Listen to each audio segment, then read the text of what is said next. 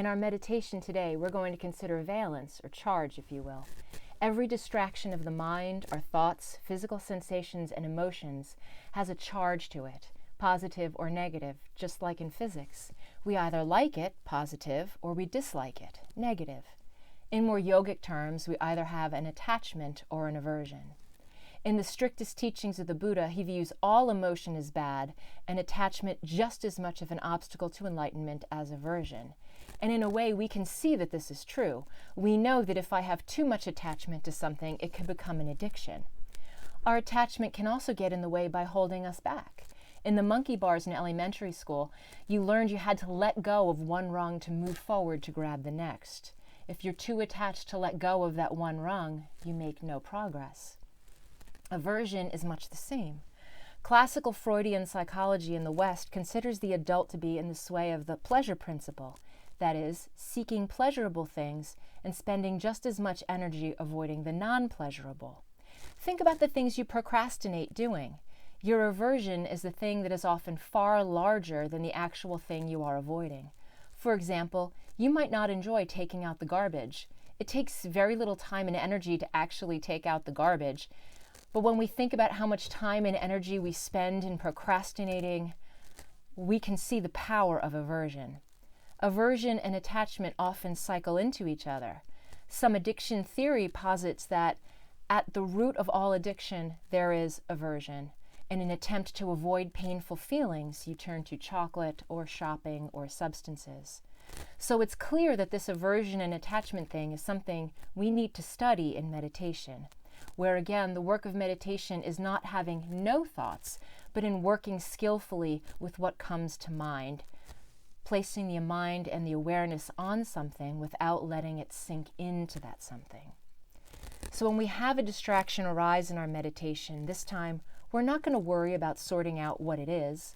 We're not going to think about what label to put on it in terms of, is it a thought, is it a sensation, is it an emotion? This time we're going to simply think about that charge, the attachment or the aversion, and the degree. We're not going to overthink this either, so we're going to limit it to 4 labels only for this practice. Our labels are positive or negative, strong or weak. So we can have a positive weak, positive strong, negative weak, and negative strong. When a distraction arises, ask, how do I feel about this? Is this positive or negative? You can feel that emotional response, though starting out it might seem very subtle at first. And if you can't decide, for this practice, we will call this positive and weak. Now, what you might find out may surprise you. Our minds like to distract us from the breath with lovely fantasies as much as they like to torment us with bad memories. But for example, you might discover that a thought arises about someone in your life, and in this thought you are being very critical of them, very judgmental. You might even imagine what it would be like to tell them off.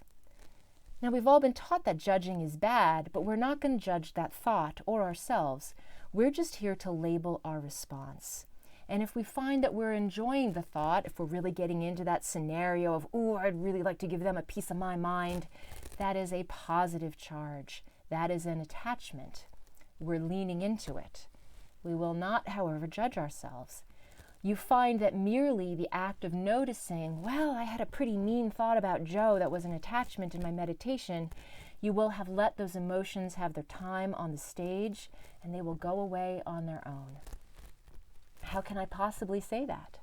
Scientific tidbit, Jill Bolt Taylor, neuroscientist and author of the book My Stroke of Insight, details in her stroke recovery of finding that she backed up later with science. We can only hold emotion and thought in mind after 90 seconds by force of will. What she means is, say someone cuts you off in traffic and almost runs you off the road. You will likely have some pretty strong emotions at the time, for example, fear or anger, but they will fade after that 90 seconds and we can go about our day unless we actively keep recycling that in our minds, unless we keep calling up that fear and anger that we can fan into a desire to scare him or flip him off or tailgate him or any of the other petty and vengeful things that we won't do, but our brain might be tempted to. It fades on its own. What we can take away from that knowledge is this: bad thoughts happen. Just like some clouds are thunderheads. Bad weather happens, bad thoughts happen. They sail across the sky of our mind, and unless we hold them in place, they drift through and are gone. So we don't judge ourselves for the dark clouds or the bad weather. We only notice what we do. Do we try to cling on to that thought? Do we try to fan it into something else? Our job is to notice and then let go. You might find physical discomfort coming up as well. Maybe you notice a pain or a draft on your neck and you don't like it. Well, that's easy enough. That's a negative charge. That's an aversion. So now we just decide how negative. This is where our strong and our weak come in. If it's just a discomfort, it is weak, and maybe you can let that go and come back to your breath. If it is more than discomfort, it is strong, and you might consider addressing it, getting a blanket to cover your shoulders or shifting your position. Remember, there is nothing lost in taking the time, even mid-meditation, to address the things that pull you out of your meditation when discomfort becomes pain. All right, are you ready? Please settle into your meditation position. Again, choose what is best for your body that allows you to breathe deeply and freely, and take one nice, long breath.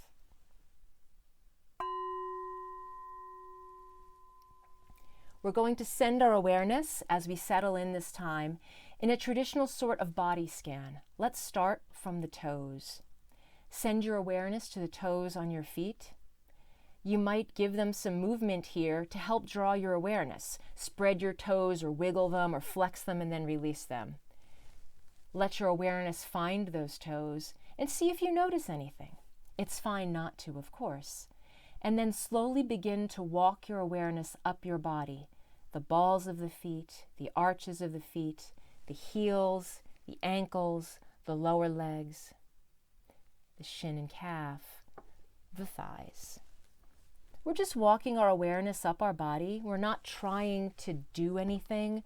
We're not demanding that those parts relax or get heavy. We're just putting our awareness, our attention to them, just like we're waving and just saying hi. Our awareness can now rest in the hips, the glutes, the belly, and slowly up the torso, the back and the front. Maybe see if you can sense your heartbeat and feel your lungs. Send your awareness there too. Then on to our shoulders. Send the awareness to the shoulder blades, the shoulders, down the upper arms and elbows, the forearms and wrists, and then the hands, sending the awareness into the fingers. Then we'll slide our awareness again to our heart and our lungs as our home base before we continue to move our awareness up our neck, our throat, the back of our neck, the jaws, the cheeks, the muscles around the mouth and the eyes.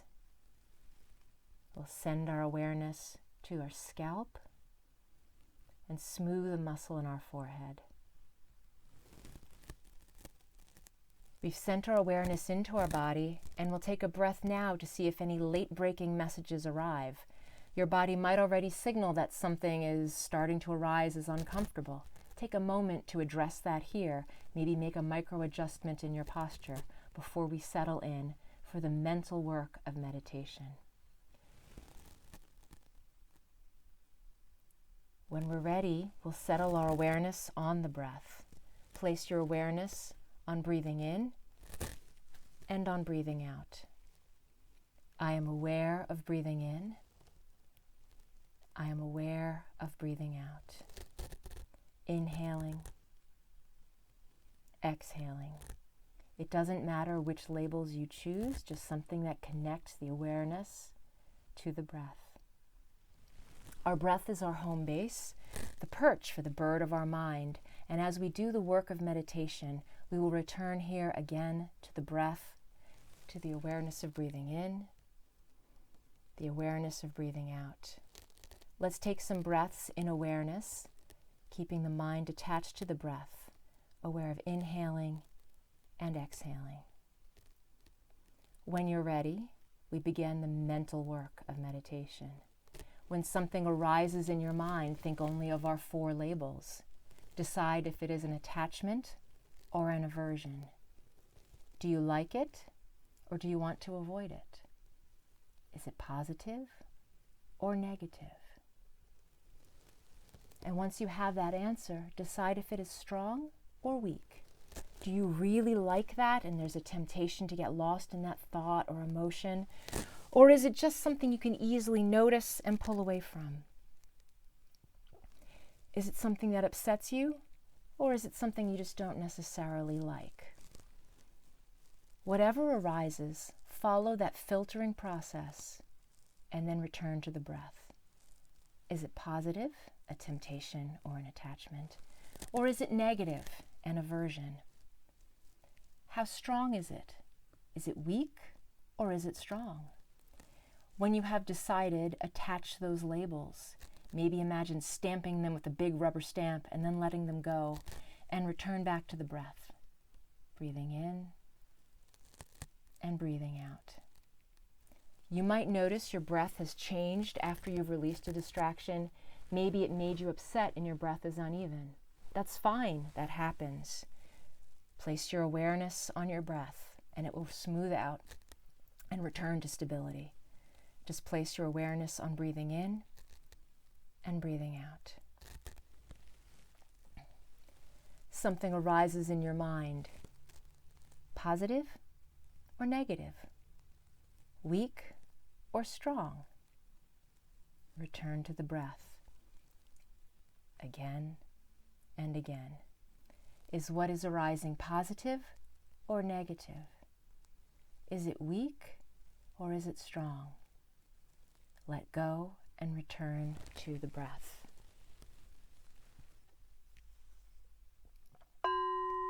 As you hear this chime, if a thought or sensation has pulled you in, that chime is a reminder to step back. Is it positive or negative?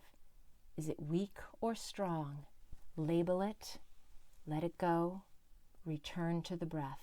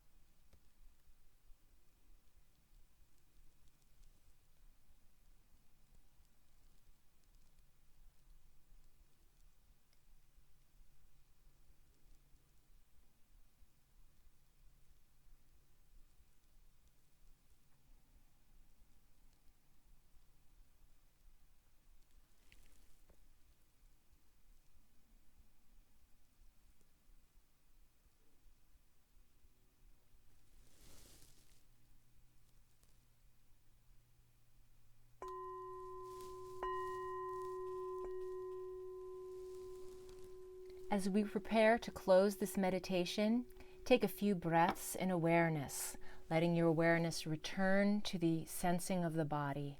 See if you can sense your heartbeat, or if a part of your body is seeking attention. Spend some breaths there, letting your awareness settle in and fix itself back into the body. And now take a few moments to reflect.